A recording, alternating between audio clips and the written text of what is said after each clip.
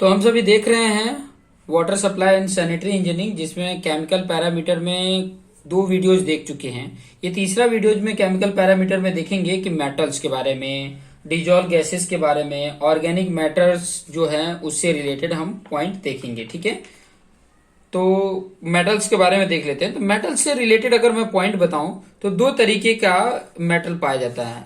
एक तो होता है नॉन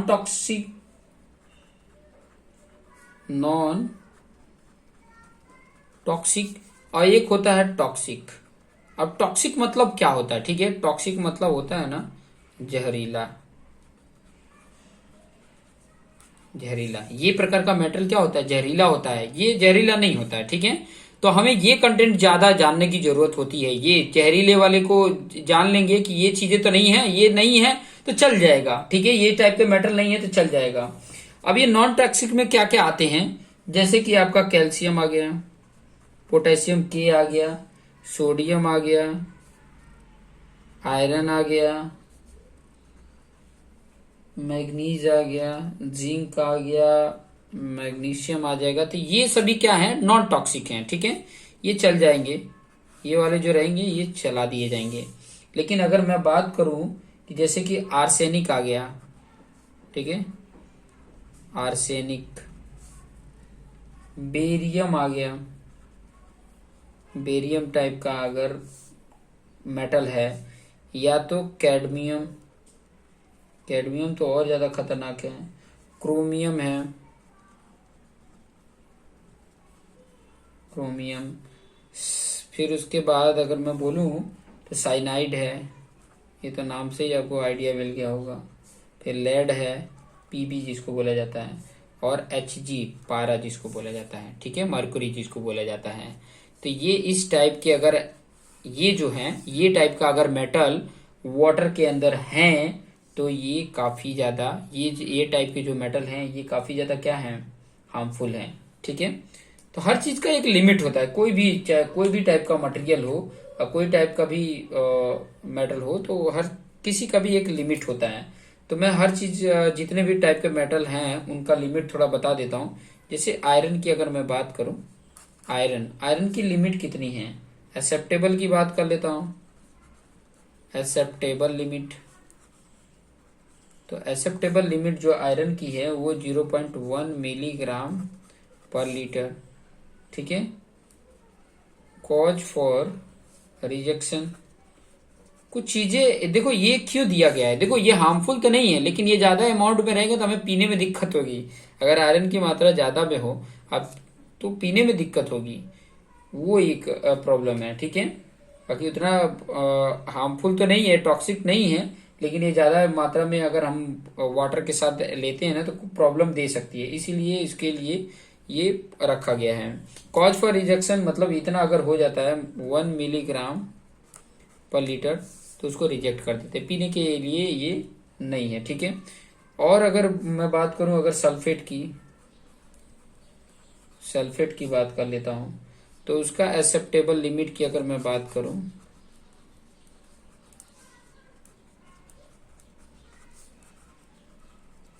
एक्सेप्टेबल लिमिट जो है उसका वो है 200 मिलीग्राम पर लीटर है।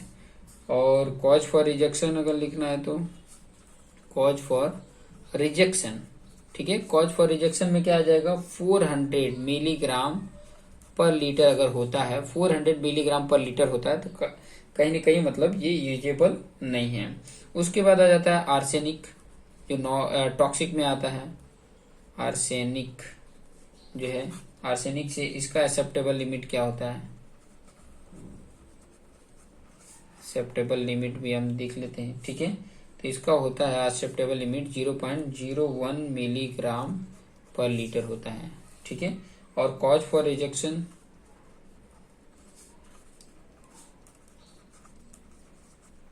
कॉज फॉर रिजेक्शन की अगर मैं बात करता हूँ 0.05 मिलीग्राम पर लीटर, मतलब इसे इतना अगर रहेगा तो उसको हम नहीं यूज करेंगे।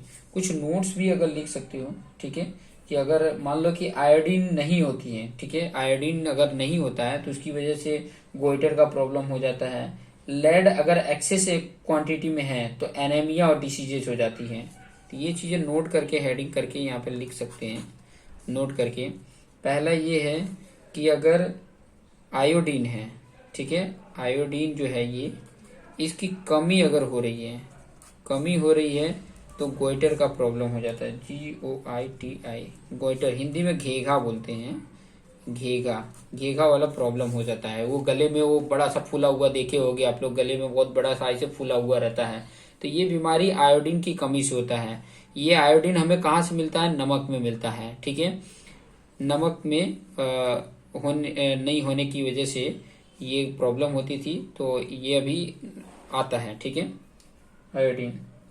फिर बाद में दूसरा अगर मैं बात करूं कि लेड अगर पीबी ज्यादा मात्रा में है, अगर एक्सेस अमाउंट में है, एक्सेस क्वांटिटी में है, एक्सेस क्वांटिटी में है, तो क्या प्रॉब्लम होता था? तो ये वाला प्रॉब्लम होता था, एनीमिया डिसीजेज हो जाती थी, ये एनीमिया डिसीजेज हो जाती हैं। तो ये चीजें आपको आइडिया होना चाहिए कि एनीमिया डिसीजेज जो होती है वो किस कारण से होती है कि लेड की मात्रा जब ज्यादा क्वांटिटी में मिल जाता है हमें, तो क्योंकि हम डायरेक्ट उसको लेने जा नहीं रहे हैं, तो वो वाटर के माध्यम से आ जाता है। अब वाटर के माध्यम से अगर हम ले रहे हैं और ज्यादा अमाउंट में ले रहे हैं, तो कहीं ना कहीं ये टाइप का डिसीजेज होने के चांसेस होते हैं।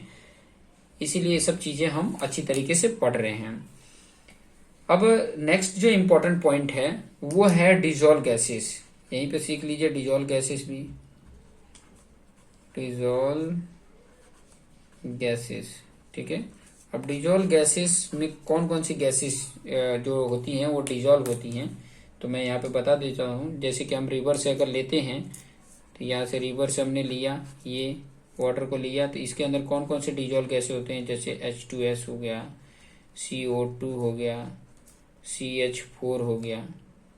तो ये वाला जो होता है ना, इसकी स्मेल जो आती है, डिजोल्व गैसेस मतलब स्मेल से ही हम बता सकते हैं, ठीक है। इसकी स्मेल जो होती है ना, सड़े अंडे जैसे बैड स्मेल आती है, इसे लिख सकते हैं, सड़े अंडे, अंडा सड़ा जाता सड़ गया रहता है ना, तो उसकी स्मेल बहुत ही बेकार आती है। एक तो सड़ा हुआ अंडा, एक तो दूध अगर सड़ गया है, ठीक है, तो उसकी स्मेल बहुत ही बेकार आती है, जैसे बैड स्मेल, ठीक है, बैड स्मेल आएगा, तो H2S के कारण होता है, ठीक है। H2S होने की वजह से ये टाइप का स्मेल आता है। मतलब उसके अंदर जब ये स्मेल आएगा तो समझ लेने का कि इसके अंदर क्या है, H2S गैस जो है वो डिजोल्व है, ठीक है। अगर इसकी बात करें तो इसका मतलब है कि ये उसके अंदर बायोलॉजिकल एक्टिविटी है, बायोलॉजिकल एक्टिविटी है। बायोलॉजिकल एक्टिविटी अगर होती है ना, biological activities in the water, अगर वाटर में है तो समझ लेना कि ये CO2 गैस इसके अंदर डिजोल्व है, बायोलॉजिकल एक्टिविटीज अगर होती है तो। और ये तो काफी एक्सप्लोसिव होता है, एक्सप्लोसिव होता है, ठीक है। तो ये चीजें याद रखेंगे, ठीक है। और ये जो रिमूव होते हैं, ये अगर गैसेस इसके अंदर है तो रिमूव कैसे करेंगे? तो रिमूव करने के लिए these gases removed by aeration process, aeration process के द्वारा ये क्या होता है, रिमूव होता है, ठीक है। इसके अंदर जो डिजोल्व गैस होता है वो एरेशन प्रोसेस के द्वारा क्या होता है, रिमूव हो जाता है, ठीक है। एरेशन प्रोसेस के द्वारा क्या हो जाता है, रिमूव हो जाता है। उसके बाद ऑर्गेनिक मैटर को हम समझ लेते हैं। ऑर्गेनिक मैटर कौन कौन से होते हैं, ठीक है। ऑर्गेनिक मैटर क्या होता है, उसको किस तरीके से पता किया जाता है, ठीक है, और कैसे उसमें से ऑर्गेनिक मैटर को रिमूव किया जाता है, वो पॉइंट भी आप अच्छे से देख लीजिए, ठीक है। तो वन बाय वन उसको भी आपको एक्सप्लेन करके बता देता हूँ।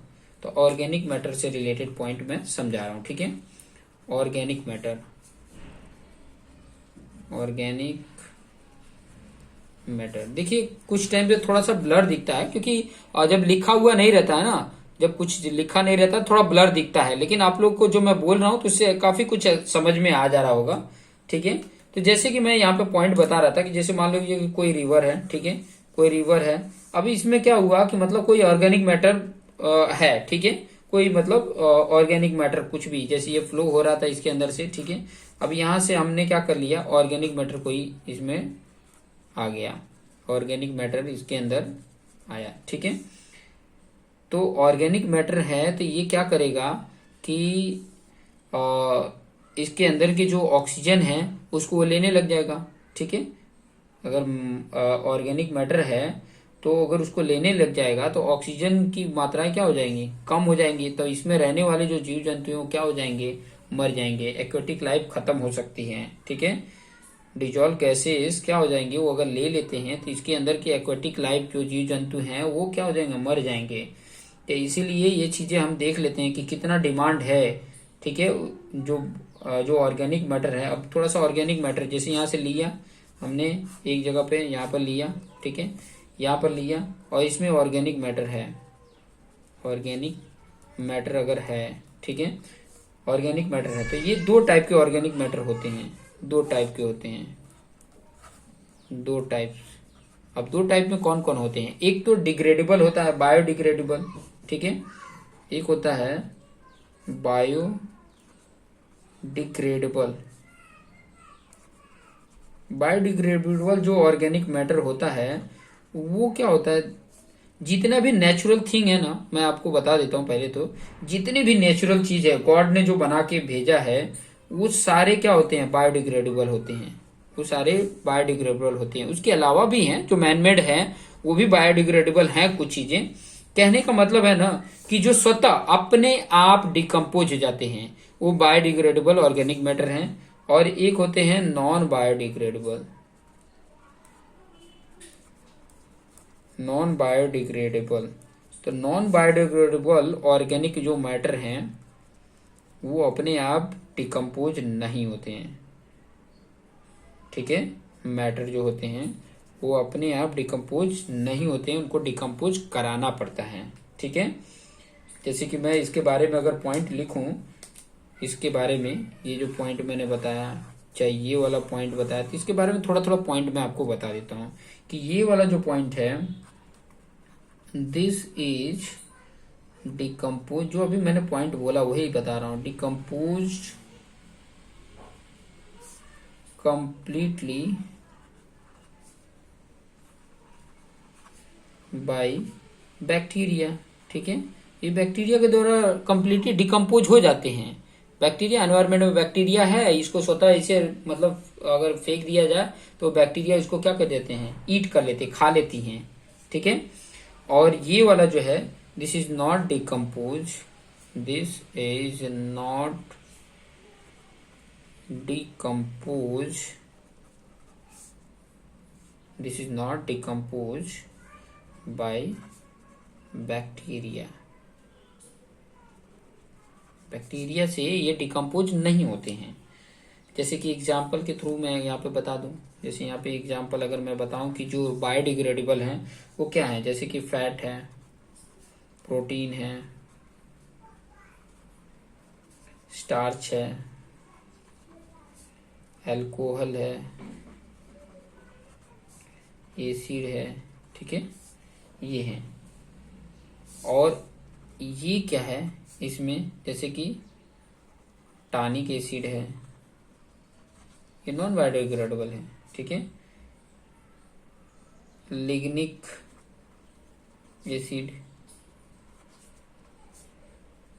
सेलुलोज है, फिर बाद में फिनॉल है, ठीक है।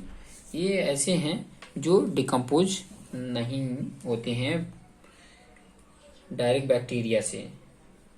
अब इसको हम डायरेक्टली मेजर नहीं कर सकते, क्वांटिटी में डायरेक्टली हम मेजर नहीं कर सकते। ये जितने भी पॉइंट हैं इंपॉर्टेंट करके पॉइंट करके लिख लो कि we are not going to major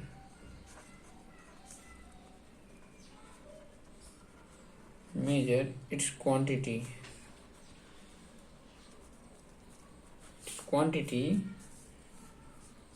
directly हम इसकी क्वांटिटी को मेजर नहीं कर सकते हैं, ठीक है। इसकी डायरेक्टली अगर बात करें तो इसकी क्वांटिटी को मेजर नहीं कर सकते, लेकिन ये चीजें मेजर कर सकते हैं कि जब बैक्टीरिया अगर इसको डिकम्पोज करेगी, बैक्टीरिया अगर इसको डिकम्पोज कर रही है, अगर बायोडिग्रेडेबल है, ठीक है, तो बैक्टीरिया इसको डिकम्पोज करेगी और डिकम्पोज करने के लिए ऑक्सीजन की जरूरत पड़ेगी। और ऑक्सीजन कौन लेगा?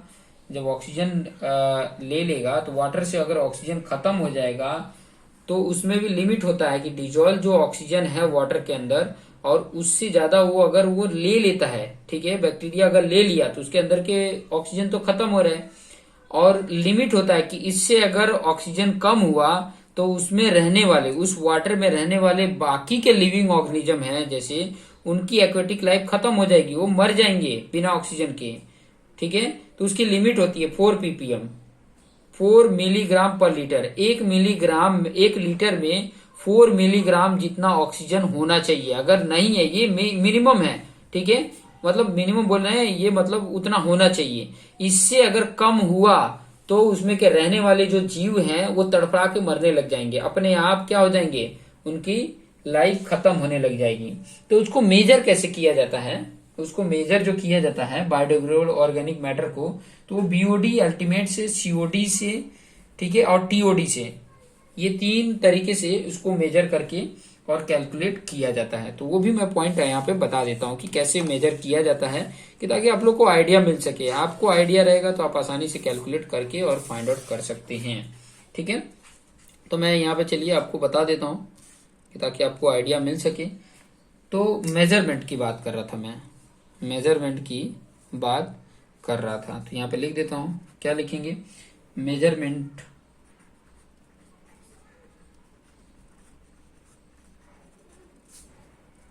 ऑफ बायोडिग्रेडेबल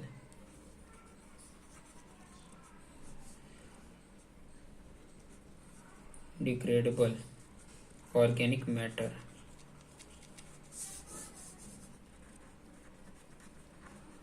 मैटर्स की बात कर रहे हैं, तो इसको जो मेजर किया जाता है वो याद रखेंगे।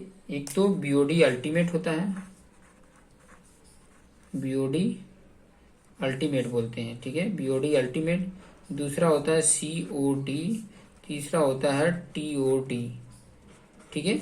ये बीओडी का मतलब डी है, ठीक है, ये बीओडी अल्टीमेट, ठीक है। तो बीओडी अल्टीमेट का मतलब क्या होता है कि बायोकेमिकल ऑक्सीजन डिमांड, ठीक है, कि कितना, मतलब बायोकेमिकल भी बोलते हैं, बायोलॉजिकल ऑक्सीजन डिमांड भी बोलते हैं।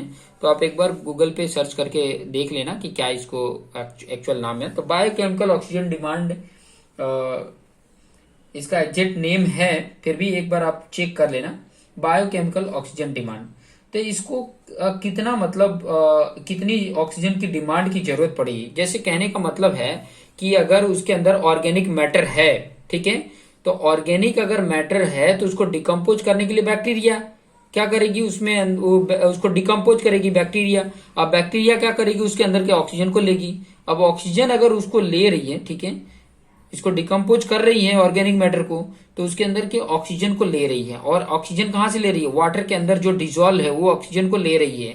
अब उस ऑक्सीजन को ले रही है तो उसकी वजह से वो डिजोल्व ऑक्सीजन कम हो रहा है, तो वो उसमें जितनी जरूरत होती है वो ना कम हो, इसके लिए हम डिमांड देखते हैं कि इसमें कितनी ऑक्सीजन की डिमांड है, वही चीज कैलकुलेट करते हैं। और उसके बेस पे हम क्या कर देते हैं, उतना प्रोवाइड करते हैं कि उतना ऑक्सीजन डिमांड वहां पे होनी चाहिए। उतना अगर है तब उस प्रकार से हम उसको मेजर करके और बता भी सकते हैं, ठीक है। तो कहने का मतलब ये था कि किस तरीके से बीओडी को मेजर करेंगे। अब ये तो मेजर करने के लिए है, अब बीओडी को कैसे मेजरमेंट करेंगे, how do we measure the BOD of water. Water की बीओडी कैसे मेजरमेंट करेंगे वो चीज की बात कर रहा हूं। तो आपको मैं यहाँ पे थोड़ा सा बता दूं कि सबसे पहले क्या कर लेते हैं, हम यहाँ से सॉइल सैंपल उठाएंगे, ठीक है। यहाँ पे मान लीजिए कि ये सॉइल सैंपल था, हमने सॉइल सैंपल यहाँ से लिया, रिवर से कहीं से लिया, इसमें ऑर्गेनिक मैटर है। सिर्फ हम बीओडी से बायोडिग्रेडेबल फाइंड आउट कर लेते हैं, बीओडी नॉन बायोडिग्रेडेबल की जरूरत नहीं है, बीओडी अगर कर रहे हैं, ठीक है। तो बीओडी इसमें से हमने लिया, ठीक है, इसके अंदर के ये सॉइल सैंपल लिया, इसमें से हमने क्या लिया, सॉइल सैंपल को लिया, कितना, 20 ml सॉइल सैंपल एक कंटेनर है उसके अंदर लिया, जिसकी बोल सकते हैं एक बॉटल लिया, ठीक है, एक बॉटल है इस प्रकार का बॉटल, जिसकी वॉल्यूम जो है, वॉल्यूम है मान लो 300, ठीक है, 300 मिलीग्राम है, और इसमें से हमने लिया 20, ये सैंपल है, ये मान लो इतना 20 मिलीग्राम, 20 मिली एम जी, ठीक है, 20 मिलीलीटर बोल सकते हैं, 20 ml हमने क्या लिया, सॉइल सैंपल, सॉइल बोल रहा हूँ, बार बार सॉइल आता है, ठीक है, क्योंकि सॉइल थोड़ा टाइम पहले पढ़ा है तो इसलिए बार बार सॉइल दिमाग में आ रहा है। 20 ml इसमें का वाटर यहाँ पे सैंपल ले लिया, ठीक है, वाटर का सैंपल लिया जिसके अंदर ऑर्गेनिक मैटर हो, ठीक है, नहीं है पता नहीं, हम तो वही मेजर करना चाहते हैं, ठीक है, डिमांड के बेस पे पता चलेगा कि इसमें कितने मतलब हैं, डिमांड के बेस पे पता चलता है कि इसके अंदर कितने हैं। फिर उसके बाद क्या कर लेते हैं, इसमें 300, टोटल वॉल्यूम 300 है तो 280 ml जितना इसमें डिस्टिल वाटर डाल देते हैं, ठीक है, डिस्टिल वाटर डाल के डाइल्यूट करते हैं, इसको क्या करते हैं, डाइल्यूशन फैक्टर भी बोलते हैं, डाइल्यूशन फैक्टर, डाइल्यूशन करते हैं, क्या बोल सकते हैं, यहाँ पे डाइल्यूशन प्रोसेस कर रहे हैं, ठीक है, डाइल्यूशन करते हैं, डाइल्यूशन का मतलब है कि डाइल्यूट कर देते हैं, इसमें बाकी अमाउंट के वाटर इसमें ऐड कर देते हैं। ऐड करने के बाद क्या कर लेते हैं, इसको हम 5 डेज के लिए, 5 डेज के लिए एट 20 डिग्री सेल्सियस पे टेम्परेचर रहेगा, और इसको डार्क रूम में हम इसको रख देते हैं 5 डेज के लिए। कितने दिन के लिए, 5 डेज के लिए इसको डार्क रूम में हम क्या कर देते हैं, रख देते हैं, ठीक है। 5 डेज रखने के बाद, ठीक है, हम उसको मेजर करते हैं कि कितना इनिशियल, पहले तो ठीक है, इसका पहले तो इनिशियल डीओ फाइंड आउट कर लेंगे, इसका डीओ इनिशियल कितना है, ठीक है, इनिशियल डीओ कितना है, समझ में आया, किस अभी मान लीजिए इसमें मिला दिए तो इनिशियल डीओ कुछ होगा ना कि डिजोल्व ऑक्सीजन कितना है इनिशियल, फिर उसके बाद से 5 डेज के बाद, आफ्टर 5 डेज इसका डीओ, डिजोल्व ऑक्सीजन फाइनल बोल सकते हैं, डिजोल्व ऑक्सीजन फाइनल मेजर कर लेंगे, ठीक है। अब ये डिजोल्व ऑक्सीजन कैसे मेजर किया जाता है वो भी मैं बता देता हूं, वो होता है रिंकलर्स मेथड से। रिंकलर एक मेथड है, अगर आप लोग कमेंट कर देना अगर जरूरत होगा तो ये चीजें भी मैं किस तरीके से डिजोल्व ऑक्सीजन फाइंड आउट करते हैं उसके ऊपर भी एक वीडियोज बना दूंगा कि डिजोल्व ऑक्सीजन किस तरीके से किसी भी कोई भी उसके अंदर कितना ऑक्सीजन है वो फाइंड आउट करना है, तो ये रिंगलर मेथड से आप उसके अंदर का ऑक्सीजन फाइंड आउट कर देते हैं। तो इनिशियली पहले तो इसमें का जितना भी ये पूरा मतलब फील है, ठीक है, ये फील है, ठीक है, उसके बाद हम इसमें जितना डिजोल्व ऑक्सीजन था वो मेजर किए, फिर उसके बाद फाइनल 5 डेज के बाद कितना उसमें डिजोल्व ऑक्सीजन बच गया है, तो उसके बेस पे हम बीओडी फाइंड आउट कर लेते हैं, बीओडी 5 फाइंड आउट करते हैं। अब बीओडी 5 फाइंड आउट करने का फॉर्मूला क्या है, ये है dissolve oxygen initial minus dissolve oxygen final. क्यों, देखो क्यों हो रहा है, क्योंकि क्या हो रहा है उसमें बैक्टीरिया है और धीरे धीरे ऑक्सीजन कम कर देगी, तो फाइनल में तो उसमें डिजोल्व ऑक्सीजन कम होगा ना, तभी तो ये पॉजिटिव रिजल्ट आएगा। और फिर उसके डीएफ फाइंड करते हैं, इसको डाइल्यूशन फैक्टर बोलते हैं। ये फॉर्मूला है बीओडी फाइंड आउट करने का, ये फॉर्मूला क्या है, बीओडी फाइंड आउट करने का ये फॉर्मूला है, इसको बोलते हैं डाइल्यूशन फैक्टर। अब डाइल्यूशन फैक्टर कैसे निकालते हैं वो भी मैं आपको बता देता हूं। डाइल्यूशन फैक्टर जो निकालते हैं वो कितना निकालते हैं, तो डाइल्यूशन फैक्टर टोटल जितना था सैंपल के साथ उसमें वाटर कितना था, डीएफ अगर निकालना है तो डीएफ के लिए टोटल कितना है 300 ml अपॉन हमने सॉइल वाटर सैंपल कितना दिया था 20, तो ये जब निकालेंगे तो कितना आ गया 15 जो आया 15, ये क्या आ गया, ये जो 15 आया ये आपका आ गया डाइल्यूशन फैक्टर, ठीक है, डाइल्यूशन फैक्टर कितना है वो आपको मिल गया, और इसके साथ मल्टीप्लीकेशन कर देंगे तो आपको बीओडी 5 मिल जाएगा कि 5 दिन में उसका ऑक्सीजन डिमांड कितना है, ठीक है।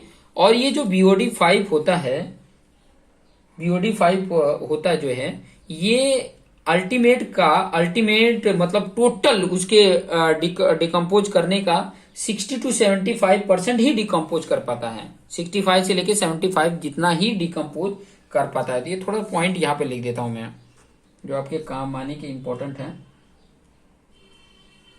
लिख देता हूं। इट इज द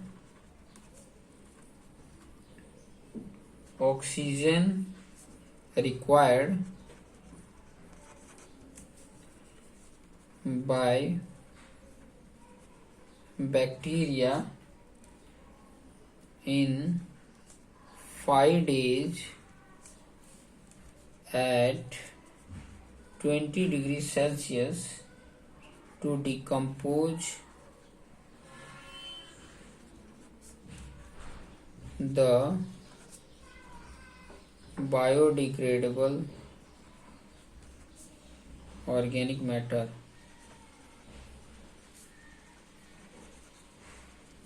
ठीक है, बायोडिग्रेडेबल ऑर्गेनिक मैटर। और ये जो डिकम्पोज करता है ना वो 65 से लेके 75 जितना परसेंटेज तक डिकम्पोज करता है। 5 दिन में 65 से लेके 75 जितना डिकम्पोज कर देता है। उसके अंदर के जो बायोडिग्रेडेबल हैं वो 5 डेज में इतना डिकम्पोज कर देता है। तो अगर आपको निकालना हो BOD5, ठीक है, BOD5 आप इस तरीके से भी निकाल सकते हो, 0.65 से या तो 0.75 इनके बीच में वैल्यू रखो। और BOD अल्टीमेट अगर दिया हो अल्टीमेट, तो इसके 60 to 65% अगर देखोगे तो BOD5 आ जाता है। तो कई बार ये भी MCQ में क्वेश्चंस पूछ देता है। ठीक है, तो इस तरीके से आप इसको मेजर कर सकते हैं।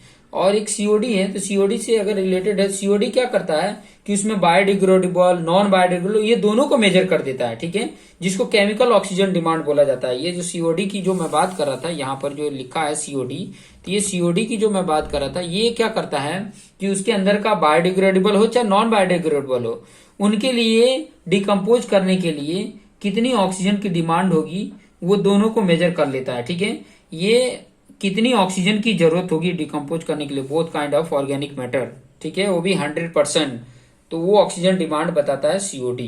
ठीक है, और ये तो थियरी बेस पे ये कैलकुलेट कर लेते हैं। TOD होता है थियोरेटिकल ऑक्सीजन डिमांड। ठीक है, ये थियरी बेस पे कैलकुलेट कर लेते हैं। तो ये था आपका केमिकल पैरामीटर, ये कंप्लीट होता है। नेक्स्ट वीडियोज में मैं आपके सामने लेकर आऊंगा बायोलॉजिकल वाटर क्वालिटी पैरामीटर। ठीक है, तो बायोलॉजिकल वाटर क्वालिटी पैरामीटर में क्या क्या होते हैं वो बहुत इंपॉर्टेंट है। ठीक है, ये भी बहुत इंपॉर्टेंट है जानने। ठीक है, इसके बाद आपका जो भी आगे का पॉइंट होगा वो आपको एक्सप्लेन करके चैप्टर को ये कंप्लीट करेंगे। उसके बाद ट्रीटमेंट, ठीक है, ये सब चीजें तो फाइंड आउट करने के लिए है कि उसके अंदर क्या क्या चीजें हैं ये पाई गई हैं, अब उसको ट्रीट करना होगा। ये कंटेंट आपको फाइंड आउट करने का सीख रहे हो कि उसके अंदर ये क्वालिटी का पैरामीटर हमने चेक कर लिया कि ये चीजें हमें चेक करनी होती हैं। अब ये चीजें हैं तो उसको ट्रीट करना होता है। तो ट्रीटमेंट कैसे करेंगे वो चीजें हम और नेक्स्ट जो चैप्टर है उसमें देखेंगे। तो अभी तो बायोलॉजिकल पैरामीटर हम थोड़ा देख लेते हैं। तो अभी देखते रहिए और अपने आप को बेस्ट बनाते रहिए और अपने जो दोस्त मित्र हैं उनको शेयर जरूर करिए, क्योंकि जितना ज्यादा आप शेयर करेंगे, क्योंकि मैं व्यू अगर देखूं तो बहुत ही कम व्यू है। ठीक है, ये आप लोग का देखिए आप लोग के सपोर्ट है, उसकी वजह से मैं ये बना रहा हूं। ठीक है, क्योंकि जब व्यू कम होते हैं ना तो मेरा जो मोटिवेट होने का जो एनर्जी होती है ना वो कम हो जाती है। तो ज्यादा से ज्यादा आप अपने जो फ्रेंड हैं मित्र हैं उनको शेयर करिए कि ताकि वो भी इसका बेनिफिट लें। प्लस अगर व्यूज अच्छे आते हैं तो मुझे भी अच्छा लगेगा कि चलो कोई देख रहा है, इसको पसंद कर रहे हैं। तो ज्यादा से ज्यादा मैं वीडियोज बनाऊंगा और आप तक प्रोवाइड करूंगा। मेरे सारे वीडियोज आप अगर देखोगे तो सब वीडियोज फ्री में हैं, कोई चार्ज नहीं है। अगर नोट्स की जरूरत हो तो जैसे ही कंप्लीट नोट होगा तो आप मैसेज करके रखो, आपको वो नोट्स भी मिल जाएंगे। तो देखते रहिए और अपने आप को बेस्ट बनाते रहिए। Thank you for watching this video.